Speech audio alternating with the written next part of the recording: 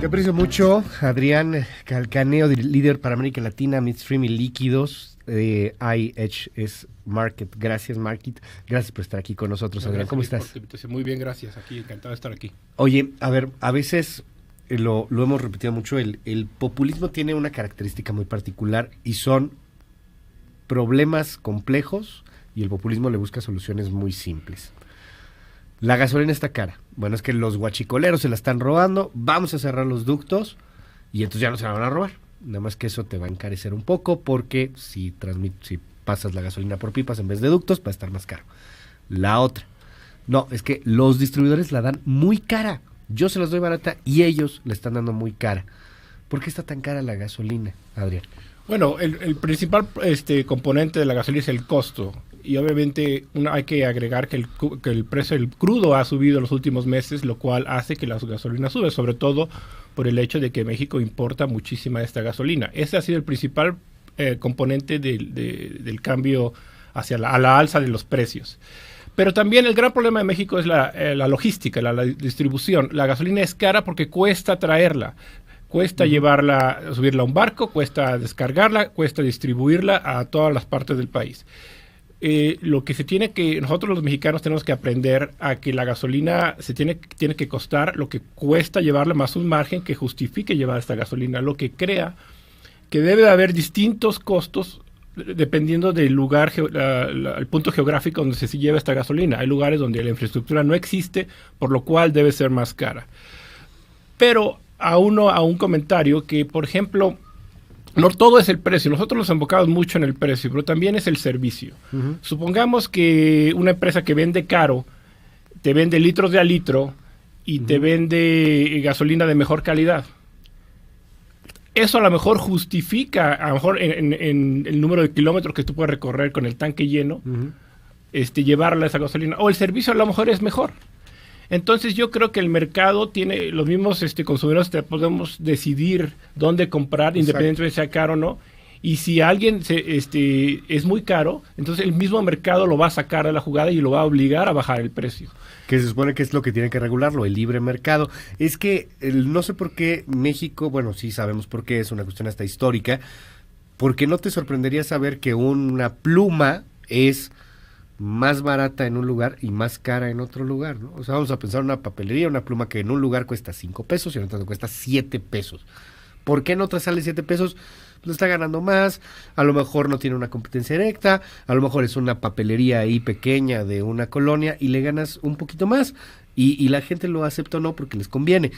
Pero con la gasolina es un tema ideológico, es un tema inclusive hasta político. Este mensaje del presidente podría, tú que conoces muy bien la industria, afectar futuras inversiones, porque hay quien ya empieza a hablar de una tentación de control de precios.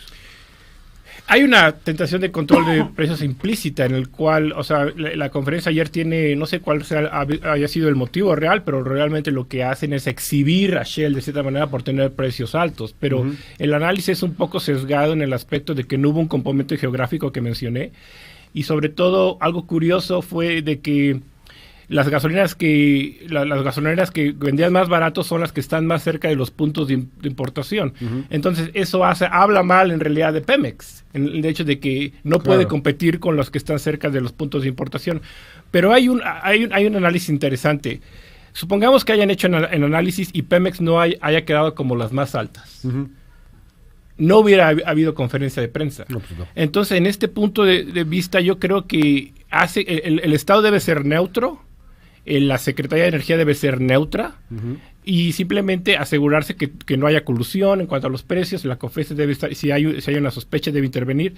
Pero el hecho de que haya un favoritismo implícito en Pemex contra otras gasolineras es preocupante, sobre todo para la inversión extranjera, porque obviamente Shell opera a sus márgenes con lo que ellos consideran necesarios, pero también lo que va a hacer, una de las cosas que a lo mejor la gente no conoce, es que Shell le compra ahorita todo a Pemex. Pero ¿cuál va a ser el incentivo de Shell ahora? Y acaban de anunciar que ellos van a empezar a invertir a traer su propia gasolina. Claro. Entonces, ¿qué va a pasar? Shell posiblemente con su dominio logístico va a empezar a vender mucho más barato Y te apuesto que no va a haber conferencia de prensa anunciando cuando Shell está por debajo de Pemex. No, o cuando esté, pues también van a estar un tanto molestos, ¿no? Quizá de pronto por las reacciones que pueda llegar a tener. Hay ahí un tema que también está preocupando mucho a la industria. Hablábamos de Moody's, cómo la calificadora está advirtiendo en estos momentos un riesgo en donde dicen, a lo mejor te salvas en 2020, pero espérate a 2021, porque pues no vemos claro. El gobierno mexicano define invertir 100,000 millones de pesos del Fondo de Estabilización. No sé qué tan conveniente sea que se saque ese dinero para metérselo a Pemex, pero se insiste con todo y que, decía el IMCO, por ejemplo, hay 2% de probabilidades de éxito, se insiste en construir una refinería. Populismo, soluciones simples a problemas complejos. Como la gasolina está cara, es porque no tenemos refinería, creamos una refinería y entonces, ¡pum!, la gasolina va a estar más barata. ¿Por qué no va a pasar esto, Adrián? Bueno, obviamente ya vimos que las gasolineras más baratas son las que importan, las que están cerca del punto de importación. Sí. Entonces eso ya de plano establece la base que es muy difícil competir.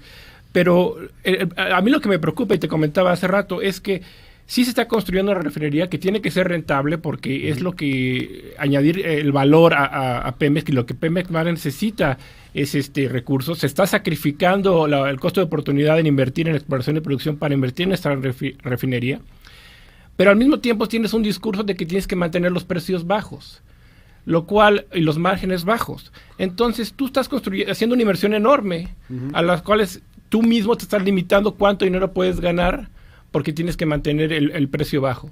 Entonces digamos que tú mismo te estás disparando en el pie, porque hace que los márgenes que vaya a tener esa refinería van a estar limitados ya por esta conciencia de mantener la gasolina por debajo del costo en muchos lugares, sobre todo en los lugares lejanos fuera de la logística. Ahora, esto también tiene una afectación hacia la economía mexicana. O sea, Pemex, aunque dicen, bueno, si nos baja la calificación no le va a pasar nada a la economía mexicana, pues le va a pasar.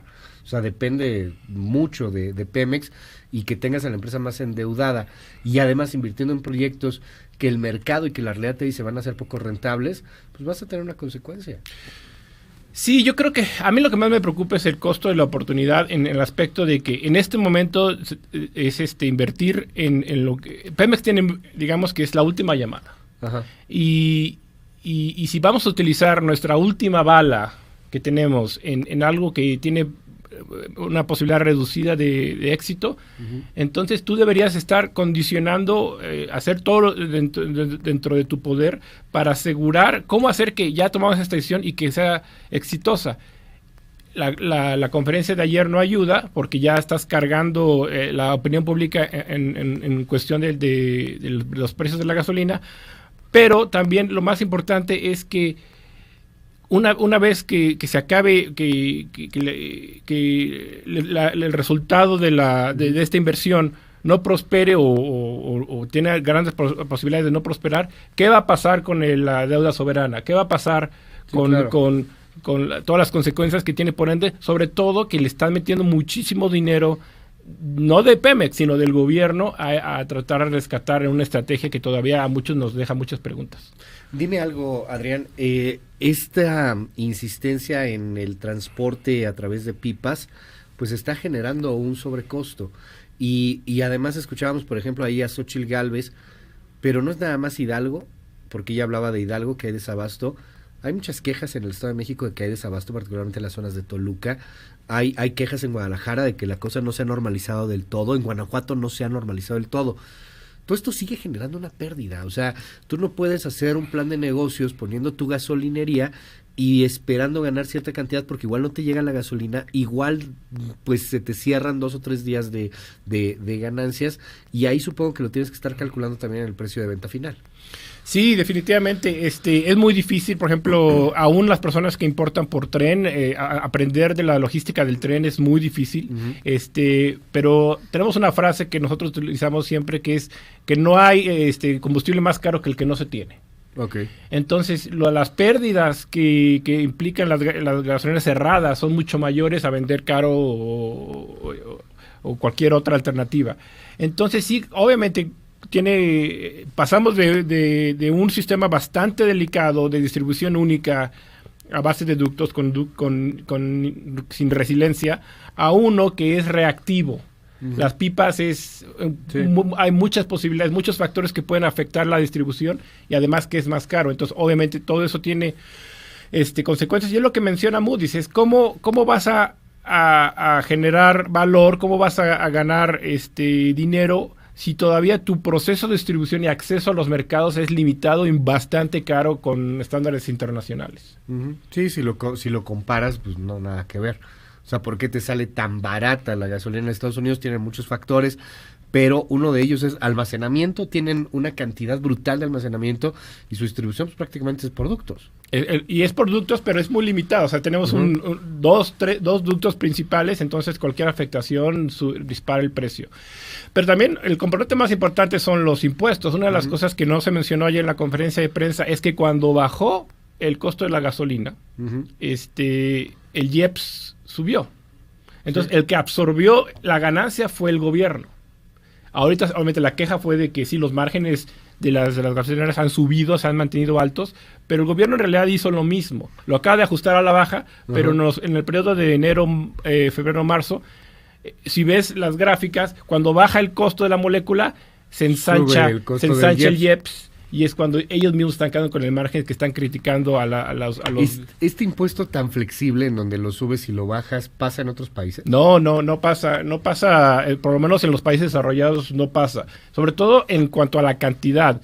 O sea, el porcentaje si uno compara, por ejemplo, el porcentaje de impuestos que tiene Estados Unidos con el porcentaje de impuestos que tiene México, Estados Unidos es menos de una tercera parte de lo que cobra México. Okay. Y eso es curiosamente, obviamente tiene muchas razones históricas del IEPS, sobre todo para tapar el hueco que dejó la ganancia petrolera, pero en cierta manera es curioso porque tú estás castigando a Pemex con este IEPS al hacer la gasolina más cara, de cierta manera.